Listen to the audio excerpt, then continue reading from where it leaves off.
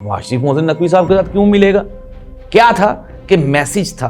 मरीम नवाज साहिबा ने ये मुलाकात अरेंज करवाई, फिर उसके बाद मुलाकात हुई। मुलाकात में मोहसिन नकवी साहब की तरफ से मियां नवाज शरीफ साहब को ये कहा गया कि आपको शामिल होना चाहिए बलूचिस्तान के मामले में, और जो हुकूमत की जो ये जो है बागडोर बिखरी हुई है, इसको संभालने में आप अपना किरदार अदा करें। जिसको लेकर नवाज शरीफ साहब ने इन आगे से टोटली डिनाई कर दिया, इनकार कर दिया। उन्होंने कहा जी बस मेरे को मजीद जलालत नहीं चुकी जाती ऐ पई जी तुहाडी हुकूमत।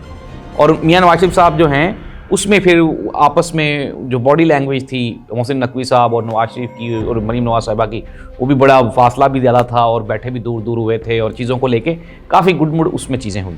अब उसमें जो बात है वो गर्मी सर्दी पे गई, और उसके बाद से लेके अब तक मुस्लिम लीग नून जो है वो आहिस्ता आहिस्ता आप देख रहे हैं। मैंने उसी दिन कहा था कि ये इनकी आखिरी मुलाकात है, नवाज शरीफ साहब और मोहसिन नकवी के, मतलब आप समझ जाएंगे किसके साथ इनकी मुलाकात।